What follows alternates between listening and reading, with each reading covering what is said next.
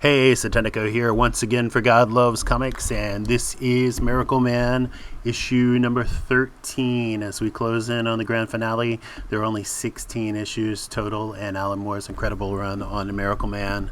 Probably the last time we'll ever see him on this character. I'm fairly certain, so just have to enjoy these final three, if enjoy is the operative word in what is one of the most dystopian comics in terms of the mainstream ever made. So you see a beautiful cover there by John Totleben from 2003. And this is Miracleman number 13 from 1987, titled Hermes.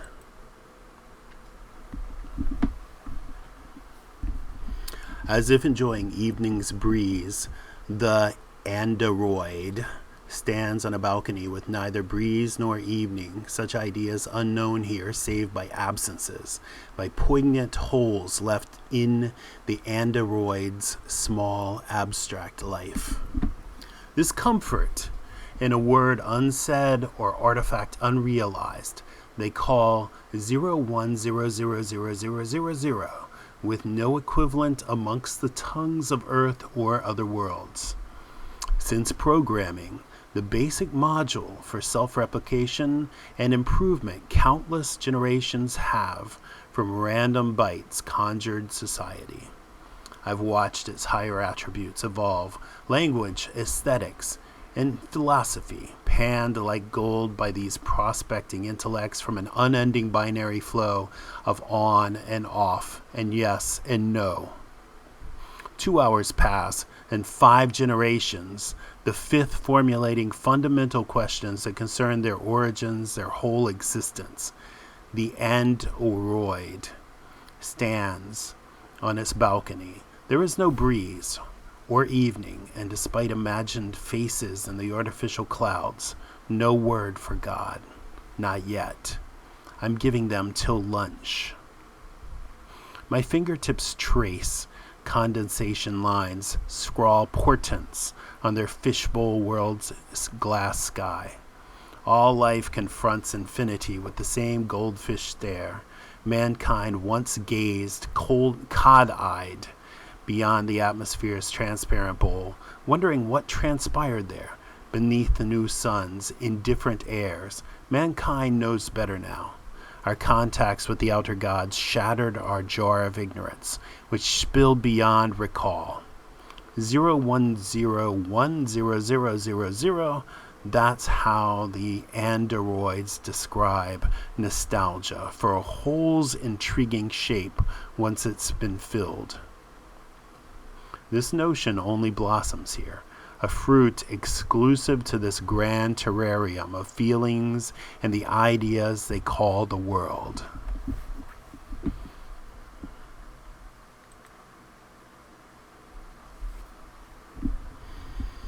Forsaking my exquisite globe, thinking of other spheres, I journey up towards the haunted rooftop gardens of Olympus. Below, an altered England prospers in the August sun.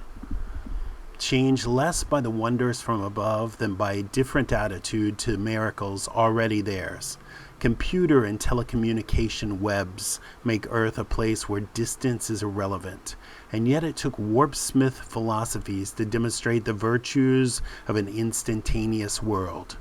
No cities, concentrating jobs and lives into one crammed environment, when screens can take the office into every home. No borders in the electronic state, where jokes in the Aberdeen raise laughter in Japan.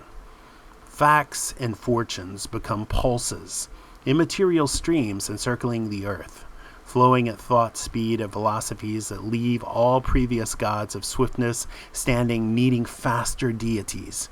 A jet-age Mercury for adequate comparisons. Atop its 1,000 steps, the garden shivers in the stratospheric wind. Imported flesh ferns from Alberdorn, with flatter benefactors by producing blooms that imitate their body parts. Ear flowers tilt toward the avaricious rustlings of a finger tree while the tongue beds glisten in the summer light. Specters parade, friends of the one commemorated here. Distance is meaningless to them, wherever they tread in this universe. Their image is contrived to silently patrol these pathways, mute, unseeing, passing through each other when they meet, repeating gestures happening light years hence. On earth, see heaven's marvels sent down by the gods, and the keeping of their fleetest servant. He who strode the stars on wingless heels, Utopia's secrets locked beneath his wingless helm. As all must do who venture here, I sit amongst oblivious ghosts and remember him, the envoy of the gods, the messenger of the divine, the quick and the dead. Miracleman, Chapter 3, Hermes. Lots to look at on this page, even though lots of text. So while I was reading, you probably had times to peruse, I should say. See the flames there, lizards, massive stairwell, this utopian garden, the wraiths that he mentioned before, eyeballs and tongues that are actually flora and fauna, ears that are also flora and fauna.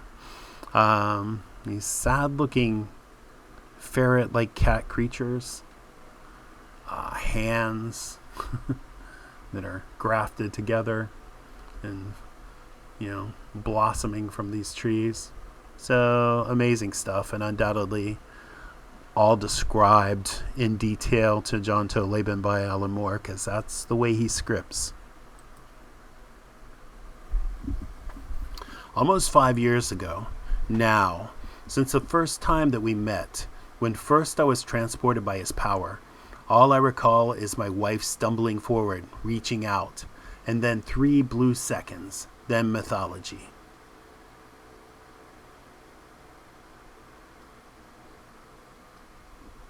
My God, this is extraordinary. Are we to take we've been transported to another world, galaxy? Please explain. The warpsmiths bring us here to Keese, home of my race, where emergency summit is to be held. I will escort you to the auditorium. Please, while comrade's injury is attended. That place, built by such minds, their attitude to space laid bare within its very line. Wait a minute. What's our connection with this emergency summit? Your world. Baby born there now, you see, not of animal status, changes everything. Keese and warpsmiths must negotiate place for the new world in intelligent space. Come this way. Everything will become clear. Intelligent space. The distant walls, acoustics made of tape loop of each sound, each word. The distant walls. These are, of course, the creatures that were in human-like form in the previous episodes and were trying to kill him and his child. Miraclewoman, I'm lost. Are these the aliens that crashed in Wiltshire decades ago? Most probably. And please, it would be easier to call me Avril. Excuse me, do we correctly assume that you originated the multiple body technology our creator utilized? Yes. Quiche wear many skins. See? Portal ahead for viewing wardrobe in under space. And everything was new shapes, a new vocabulary of sense. Underspace, like Gargonza's infraspace? I'd always wondered, but to actually see it. Look at them. They go on forever. Just hanging there. It's like a meat locker. An infinite meat locker. Hurry. Summit Ball begins, and I have yet to assume formal body. A world whose flavors, far beyond my aesthetic reach, engendered sentiments for which I have no name. A ball. First it's an emergency meeting, then it's a ball. Michael, alien worlds have alien customs. Try not to be so provincial and just observe. Imagine a whole multiple body society. Their concept of self would be different too. And that statue, it moved. Not statue, just different size clothing. You must adjust notions of scale. Perhaps our otherworldly escort's words describe it best. Here, life is more big.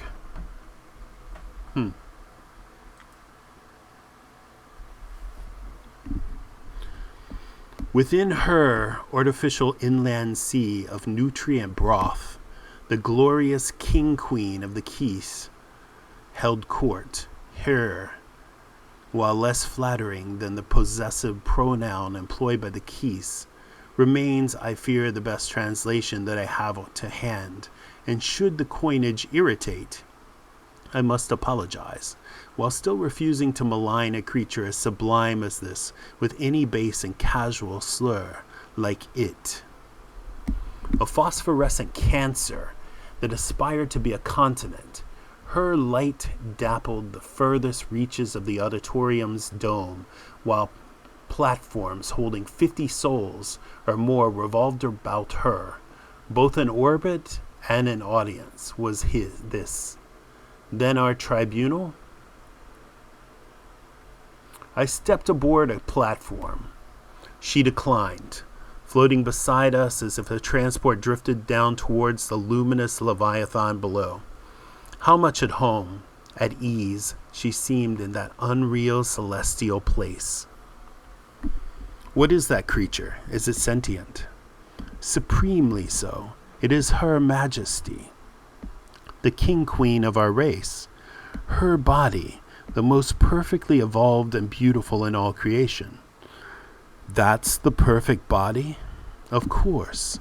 Supreme in size, invulnerable, locked in perpetual ecstasy, combined with soul and intellect of size comparable to that of her corporeal mass. What could improve on this? Well, I suppose. That platform below, are those people dancing? Yes, the summit's opening ball. To set the proper atmosphere for the important words to follow, each participant must mount a grand display of dance, including your friend the Warpsmiths. You must understand, the Warpsmiths are our bitterest enemies.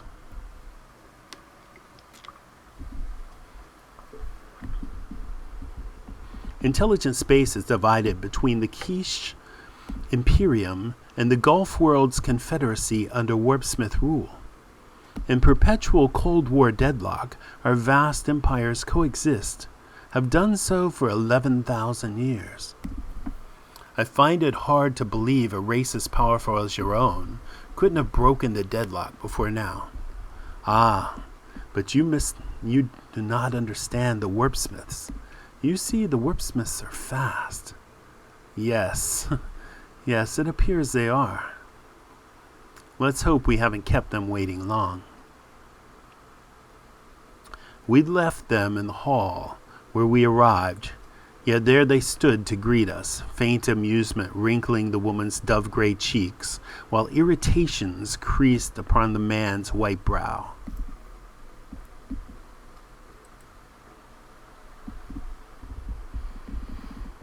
Everyone keeps Warpsmiths waiting, is their curse. One drawback to their speed. To them, all other races are painfully slow. Their mastery of space matches their own manipulation of identity. Their power is silence. Agent of the Keys, stand forth. We will communicate in the ghoulish for the convenience of our terrestrial guest. Agent of the Keys, why are you not attired in body wear more formal and appropriate? Your pardon, Majesty. I've had no opportunity for change. Will make repair at once. It's an explosion and light. It is good. Please now to provide all details of the mission to planet Earth. It is my honor, Majesty. Sent on a fire drake sweep, the Keys ship, Gla, crashed into the planet Earth with all hands lost. Investigating, we discovered that 6 Earth beasts had been transformed by debased Keys technology. 3 of these cuckoos now are dead. 2 more are here. And of the 6, what news? Well, speak forth, agent of the Keys. Your king-queen waits to hear her answer.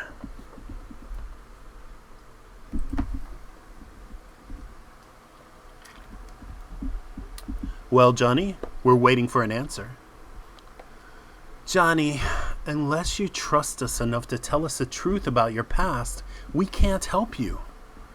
Of course you can't help him, you floppy utter cow. But me, now I could help him. He's, molesting her breast. Of course she doesn't notice. But I have told the truth. That you've an evil other self, so frightening you can't even speak his name, Johnny Love? Come on. We need more than that. You old fart. I'll give you more. Perhaps examine your mind, eh? Just say the word, Johnny. Well, look. You go away and think about what you've said, and if you feel you can be more open with me, then my door's always open to you. Fair enough? Good lad. See how it is, these sanctimonious turds. Can't help you, and you won't help me. You won't let me help. So you're on your own, Johnny. All on your own. The sixth cuckoo is isolated, Majesty. Locked in the Rumu trance. In our opinion, he is likely to remain inert. He is no threat. I read that wrong. I'm sorry. I read that in the in the King's Queen's voice. I'm sorry. The 6th cuckoo is isolated, Majesty. Locked in the Rumu trance. In our opinion, he is likely to remain inert. He is no threat, which is very bad advice, as we know. This is for Trunet. Proceed with your account. Certainly. We would routinely have destroyed the cuckoos, but one had fathered child from female earth beast. Unlike ourselves, these things are fertile, viable. Resultant baby undeniably intelligent. Class native life making earth intelligent class world. So, a new world, intelligent space. The first we found since our 2 emporiums met. A world intelligent, yet unaligned. By law we must allow it to exist. Yet how is it to fit within the delicate machine of interstellar politics? Do our warpsmiths guest have any opinion? And they only use hand signals, it seems. What are they saying? White warrior class, warpsmiths suggest possibility of conflict over this new planet. The gray diplomat implies that by harboring creatures originated from Keys technology, the new planet is unfairly influenced by the Keys. How predictable. The warpsmiths know his masters is tired of this perpetual rivalry, as I myself, yet offers only talk of further conflict. Are both cultures forever doomed then to an unproductive war's dull toil? Excuse me, but couldn't you have had sex instead? Have sex? Avril, what are you trying to do? These warpsmiths look furious. If they understood. They wear translator phones. Their gestures indicate that you have insulted them. They threaten to. No, wait. They apologize for misunderstanding you. Their translators have just relayed an additional layer of possible meaning to them. It seems to pacify them. Have sex? Yes, I begin to see the possibilities of your idea. Damned if I do. It's obvious. If two organisms of two cultures are forced into contact, it can be fanatic and destructive, or erotic and creative. You suggest our cultures marry using your neutral planets for our courtship? An impressive concept. Despite your ugliness, may I compliment your thinking. All your D and race pros are very pretty. I must consult my advisors. Go now. Still dazzled by our audience, we returned to the way we came, coming at last to faraway reception rooms. The warpsmiths were there, waiting for us. So this concept of warring cultures actually having sex as a means of negotiation and diplomacy actually comes from Larry Niven's Ringworld.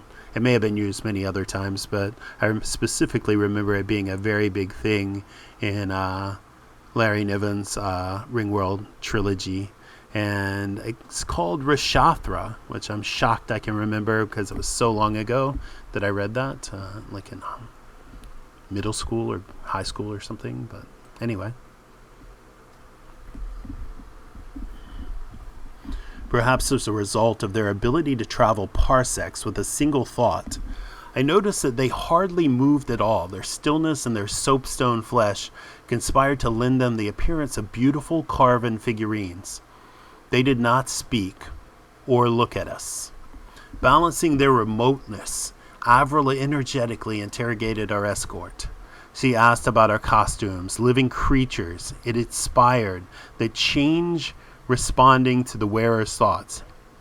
She asked things I'd not thought of, barely even grasped. That mind, that thirsty intellect. Did I first love her then? My own emotions were too incoherent to recall. Despite my life before that point, the situation seemed unreal, a vivid, feverish dream. In retrospect, that's when reality first seemed like a mirage, changing without regard for rules. It's a perception that's since grown. Eventually a verdict came. Earth would remain uninterfered with, though observed by both sides in a mutual surveillance that would test further cooperation's viability. Avril and I would observe for the Keys, two warpsmith agents also sent to watch maintaining parity. The warpsmith observation post would be concealed behind the Earth's moon. We would occasionally liaise, reporting through them to the Keys. One warpsmith, the White Warrior, we'd met, the other currently near Arcturus, would soon be summoned, briefed, and introduced. When she appeared, Fan Muda was her name, white-skinned, a warrior. She seemed too elegant for violence, but don't we all?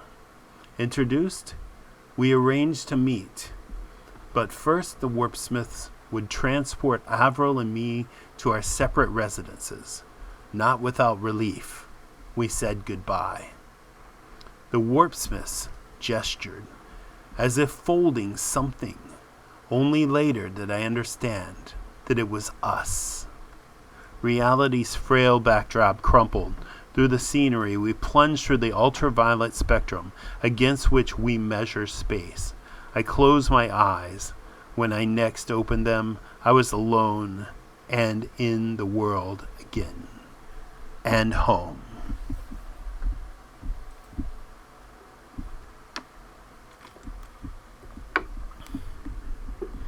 The room seemed cluttered, small. Cluttered items which, though commonplace, looked foreign to me, then seen as if new. Liz did not speak. After those echoing otherworldly domes, that flat, dead silence was unbearable. I spoke instead. Liz, I don't know where to start. It was fantastic. We were taken to, I don't know our name for it, but they call it Keese. The aliens, that is. I mean, they're called Keese as well. They held a summit conference in Avril, Miraclewoman. She said, well, first you need to know how interstellar politics is broken down. They're the warpsmiths, the Keese. They, and then he sees that tears are streaming down her face. Liz, what's up, love? What's up? Oh, Jesus. Mike, I've had enough. I can't take all this. I'm just human. You're not. And neither's Winter. I feel drugged. My moods fluctuate. I think she controls my feelings with her mind. Liz, that's crazy. Well, these days, what isn't? Look, I just need some time alone. I'm going to spend a few days at my sister's down in Yarmouth. I've got to get away from here, Mike. Liz, so this is so sudden. I mean, can't we talk? Later we'll talk. I thought it through and I have to leave now. I love you, Mike. I love you both. I'll be back soon. Hug, kiss, tears still down her cheeks. And Mike Moran is wondering what to do next. Father, I think it's time we discussed Mother, don't you? And there's a big surprise and a big reveal. The baby is now speaking very clearly. I don't know if, I don't think she spoke to Liz because Liz didn't mention it. 5 years ago now. 5 short years since first I walked on the other worlds or heard the voice of Winter. 5 short years that have seen more change than have the last 5 centuries. So much is different. Now, so much is gone. Dear Liz, when did I last embrace a body that was delicate, a body I must take care not to injure or break? Your love was simple, animal and clean. I miss it. I miss it still. Sweet Winter, glorious child, you were beyond even me. You were beyond me even then. And in that moment that you spoke, I knew what parents rarely learn until their babes are almost grown. I knew you were not owned. I knew you were not mine. And in that moment, you were gone. And Asa Chorn, so swift that by compare, the thunderbolts crept earthwards with the speed of stalactites. Why Asa Chorn is dead. Just dead. About his monument, the ghosts parade, the zephyrs streak and howl and tear apart the clouds, rail uselessly at death, and in frustration snatch up blossoms shaped like human lips and fling them from the blood-red confetti from Olympus to those mortal pastures far below, a rain of angry kisses showering down upon those tiny distant lives. 11010000. The androids use this term to denote the sorrow that is felt on realizing sorrow, is a thing one can no longer truly feel. 11010000.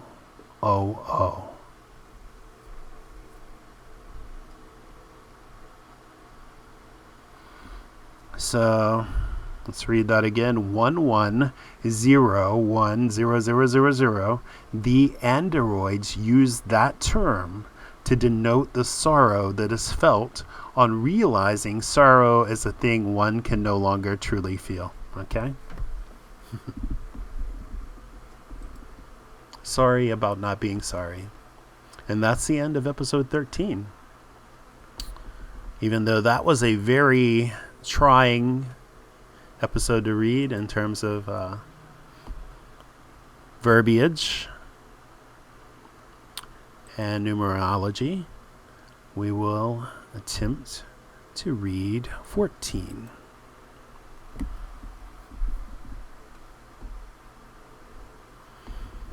All new Miracleman Annual number 1. I don't think that's what's coming up. I certainly hope not. No, this is Miracleman 14. See again, covered by John Toleben.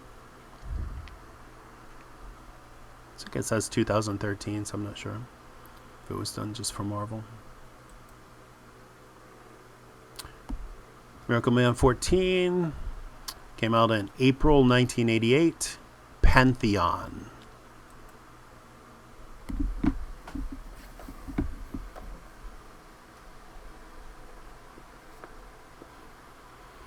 Dancing on my own, my body sets, no longer fluid, hardens to a pose, and all my life is writ between its lines. Across the years, each blow and each embrace have left their subtle mark, a tightening of the muscles here, a certain laxness there. My history is locked within the still life of my coiled flesh, and if I move, it all comes spilling out. Then carefully, like old newspaper clipping, I unfold myself, awareness sharpened by the knowledge that I am observed. The deities of death and love, of quicksilver and fire, look on, we view each other, though remote, through the windows, warped into the air. Their faces hang against the dark, the size dependent on their distance from the image aperture. A muscle trembles in my thigh. My boot squeaks on the polished floor. Slowly I rise, begin to turn. I am dancing on my own. Only the gods are watching. Miracleman, Book 3, Chapter 4, Pantheon.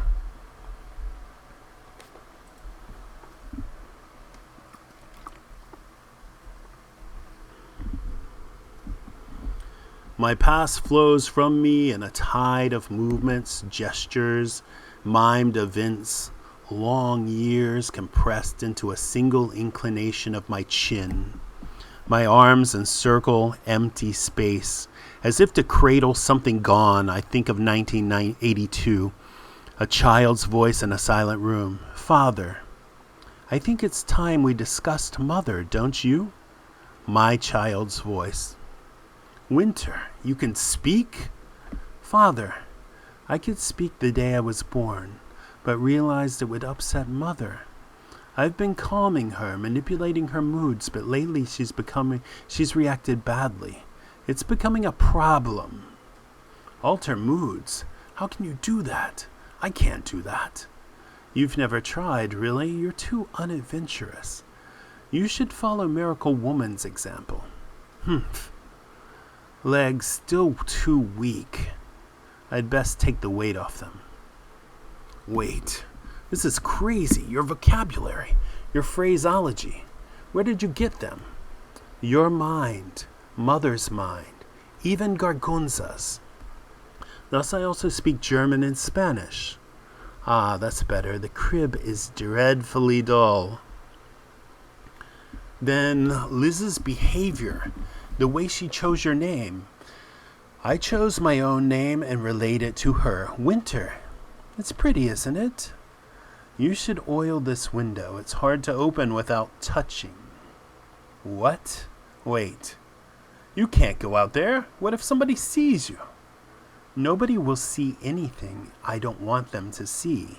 Honestly, Father, you shouldn't worry about them so much. They're only people. But where are you going? Just to take the breeze. I'll return to my crib long before Mother's back from Yarmouth. We'll just see how she develops. Her interference with her mind could damage it. More interference with her mind could damage it. But I don't see how she'll ever accept the reality of the situation. You're barely 6 weeks old and you're already more advanced than she. Father, I'm already more advanced than you. That might cause problems later. I might have to go away somewhere. Away. Oh, let's not worry about that now. I want to look at London for a while. Winter, this is all so fast. I mean, I'm talking to my own child and I'm just babbling. I'm not saying anything important to you. I love you, Winter. I know. I know. Not do you really, or I love you too. Just, I know. I'm dancing, turning like a world. My body moves from space to space, my mind from time to time. Liz called to say she wasn't coming home yet, that she loved me, that she was confused. As we grew distant, worlds elsewhere drew closer. Joining Avril, I was arranged to meet the Warpsmiths in their house behind the Earth's moon. I left Winter reading, alone. It's not as if she needed me. I met with Avril in deep space, her costume bright against the Milky Way's pearly blur, and was surprised at how much it excited me again to meet with her. Behind the moon, we found a world of crystal shot, with steel alighting on a yawning airlock's rim. As light and atmosphere spilled through the inner door, we saw the Warpsmiths come to greet us, tall Von Muda, glowering Asa Chorn. Since last we met, we'd mastered English. They'd mastered English. Perfect BBC pronunciation that seemed quite incongruous amongst the otherworldly halls they'd led us through. It seemed beyond our world there were a cosmos filled with fable, where the Keys were dragons and the Warpsmiths sorcerers. My God, what's that? A hologram projected on a contoured base that shows terrestrial events as they occur. If you desire, we'll stroll across it while we walk.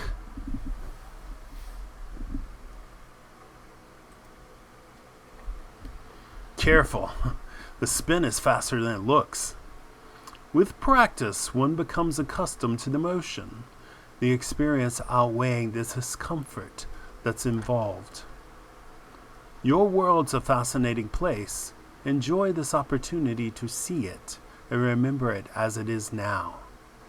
Why? Will it change? Invariably, it's the law of extraordinary beings. Introduce one to a culture, and there will soon be dozens. I've seen it proven on a dozen different worlds. You'll notice there are already 4 of us.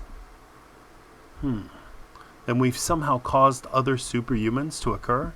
Not you. The fire drake that the Keys were seeking when they crashed, which made you possible and brought us here. If there are any other superhumans here on Earth, the gathering will bring them within reach. The gathering? What's that? It's standard practice with new worlds to seek out their existing talent and assemble it. Better such creatures become friends than turn against us when our presence becomes known. Your world enters a new and glorious age. We must all work as one to ease its transformation. The change is worth the effort, to be assured. Indeed, you'll hardly recognize this place.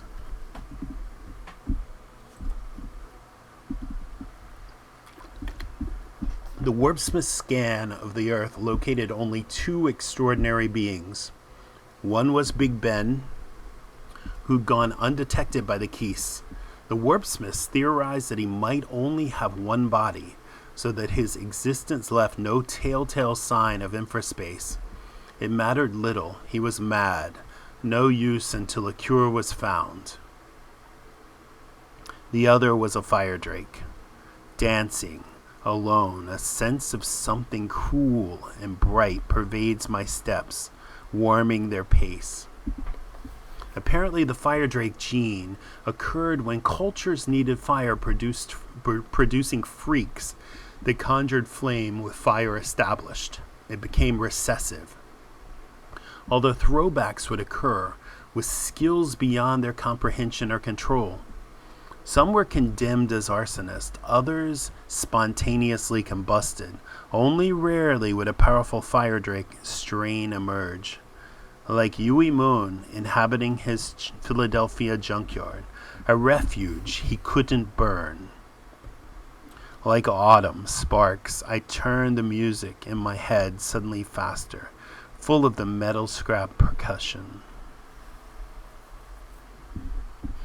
Metal scrap percussion? I don't know. Layback? Moon's power had alienated him. In an abandoned car, he lived in rags, since all of his clothing would inevitably burn. Amongst the red-eyed dogs, we found him picking through a steaming hot TV dinner, no microwave in sight. When we invited him to join us, the reluctance he displayed did not deter us long. I'm dancing in the highlights, and a pyromaniac's eyes.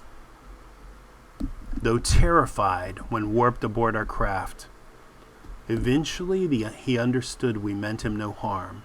The offer of election to our ranks, while frightening and new, was irresistible after the wilderness he had known. He would have company, a stellar place for a home, a role in mankind's future unsurpassed by popes or presidents. Thus did Apollo, fire of a heaven, come into our midst. It's spinning, turning like a Catherine wheel, a moth about a flame. Fan Muda told of fire drakes who had turned suns nova, devastated worlds, explaining why the Keese should seek them out so doggedly. Moon's talents, happily, were less extreme. Immune to fire himself, he would cause anything in range to instantly ignite, sometimes explosively. And then, across its ashes, we linked hands and first convened our glorious Pantheon. I danced that burning joy, the feeling that the world was safe within our secret care, the optimism blazing in our hearts that I felt then is with me now, a phoenix rising up, too bright and hot and beautiful to live. That optimism died in '83. Liz, home from Yarmouth, seemed no happier. She could not care for winter or make love or talk about her misery. My daughter, too, when we would talk, seemed restless, hungry for a thing I could not give her. Thus storm clouds gathered, and afraid I waited, though not for long. The tempo drops, assumes a more funereal pace, full of loss and loneliness. I'm dancing on my own. And so that's how it is. I feel horrible doing this, Mike. Horrible. It's like I'm pulling everything apart, my whole life. But if I stay here, I shall go mad. I used to think if we split up, it'd be, I don't know, you'd stop fancying me, find someone else, something like that. But this is a nightmare. It's shit. I'm sorry, I wasn't going to cry. It's just, I don't belong here anymore with you, Mike. You and Winter, you're beyond me. Even sleeping with you, it feels wrong, like bestiality. Like I'm an animal and you're, I don't know, a higher species. Look, I better go. My train's at 4. I'll be in touch. I'll write some time. And I'm sorry, Mike. I'm sorry for us all. And so that's what I planned to do. I didn't want to leave while Mother was still here. It would have complicated things. But now, well, let's just say it seems to be the obvious move. Don't take it personally. The time I've spent with you has been a happy one. I like you, Father. I like you very much. But you can't teach me what I need to know. The Keys, conversely, have used various superhuman forms for centuries. Their insights will provide the education I require. If light speed is surpassable, I should be there within a year. If not, well then, it may take slightly longer. Someday, when I'm back, I'll teach you all the things I've learned. Until then, keep yourself in health. And Father, do not look so sad. It's such a lovely universe. Amazing. And almost with the way she talks, it reminds you a little bit of a predecessor to Dr. Manhattan. Alan Moore likes these super intelligent characters amidst his already intelligent human characters and superhuman characters. By April 1983, my wife and child were gone. Though I adjusted, Mike Moran could not. Packing a bag, he hitched to Scotland, finally arriving late one afternoon amongst the mountains of Glencoe. He did not pitch his tent. He just began to climb.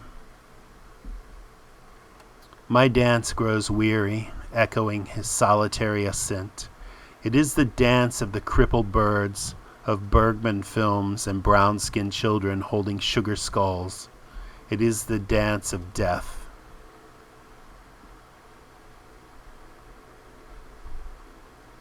He climbs to the top, to the peak of the mountain, takes off all of his clothes, builds something of a funeral, not pyre, but totem, and Komota. And returns himself to Miracleman, but his intention is never to return to Michael Moran, 1942 to 1983. Rest in peace. So 41 years old, and for him that's the death of Mike Moran. Mike lost his wife, his child, and Miracleman is truly a different entity, and I think his true love now is Avril. The curious suicide was understandable. It's an interesting suicide without, it's more like a psyche being killed or being muted rather than, a body being destroyed or ended, a life being ended. The curious suicide was understandable. He had tired of marvels, of their cost in human warmth. His wish was for oblivion, respecting it. I've not pronounced my world of transformation since that night. Gone, Winter, Liz, the man I'd been, withdrawing from the loss. I felt a need for solitude, a need for silence.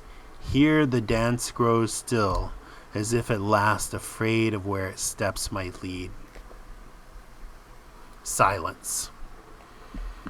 I chose the name as carefully as I chose the site, down in the Marianas Trench, Challenger Deeps, its deepest point. I carved my home from rocks that had forever been untouched by light, down where strange fishes, paper-thin, survived in pressures that crushed even their most thickly armored kin. Save for these sightless shoals, I worked alone and built my house and named it Silence, knowing even then perhaps that it could not endure as long as my refuge, for silence never lasts. That's foreboding. The final movement starts with an unnerving suddenness, with violence in my every move, with panic in my eyes. In 1985, we went to hell and learned the cost of paradise. In 1985, the child was weeping in a room that stank of steam and people's feet. He had endured so much, could not be blamed for what he did. I had abandoned him. The fault was mine, all mine. In 1985. Look at him crying. What you crying for, you little poof? That didn't hurt. And it's like a proper bloke, is he? More like a skinny little tart. Yeah, it's alright. Just like a tart.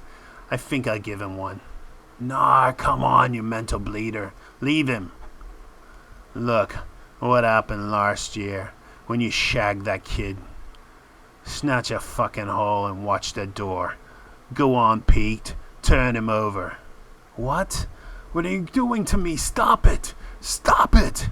There, Oh no. Oh, please don't. I can't take this. You don't understand. I can't. You love it, you little poof. Say you love it. I'm sorry. I'm so sorry. Miracleman.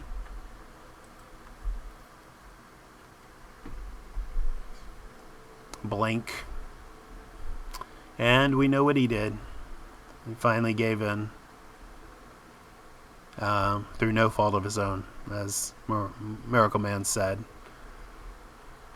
What's happening? What's happening? I can't see. Oh, Mom, I can't see. What's that? Let go, you bastard. Steve, is that you? Not Steve. Our Father who art in heaven, hallowed thy be thy name. Thy kingdom come, thy will be done on earth as it is in heaven. Give us the day our daily bread, and forgive us our trespasses, as forgive those who trespass against us, and lead us not into temptation, but deliver us from. Yeah, that's not gonna work.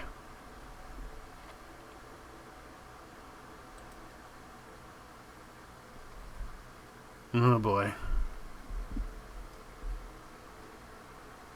The kid screams, "My God, what's going on? What's going on in there? Just you cut that noise out and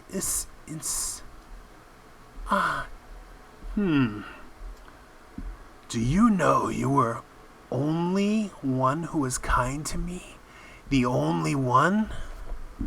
I think I'll let you live." Oh God. Oh God, thank you. Thank you. I'm sorry. They'd say I was going soft, wouldn't they? Wow.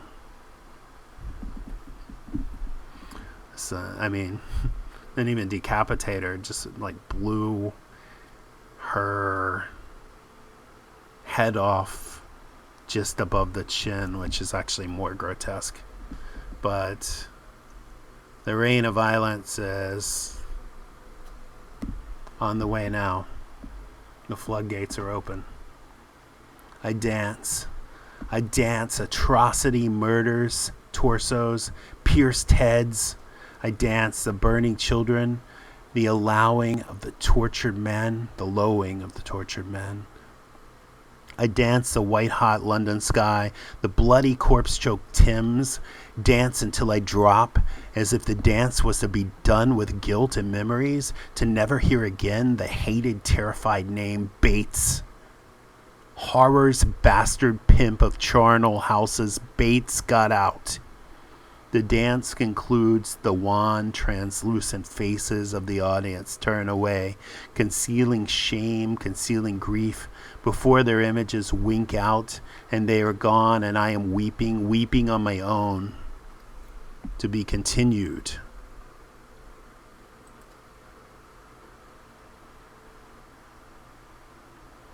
Miracleman behind the scenes.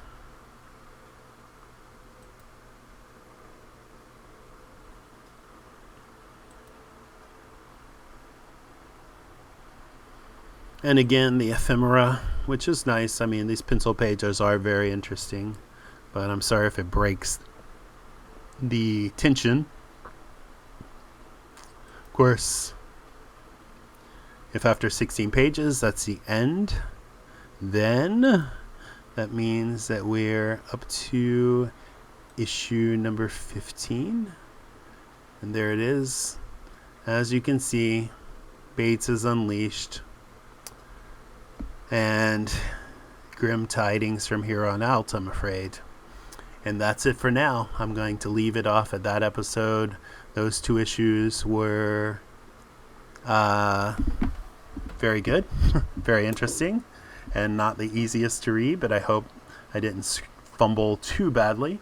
Thanks very much for listening once again, and like, comment, subscribe. Tell me what you think of Miracleman or of my reading or whatever you want to say. Thanks very much. Talk to you next time. See you with the final episode of Miracleman. Hopefully soon. Hopefully sooner than later. Goodbye.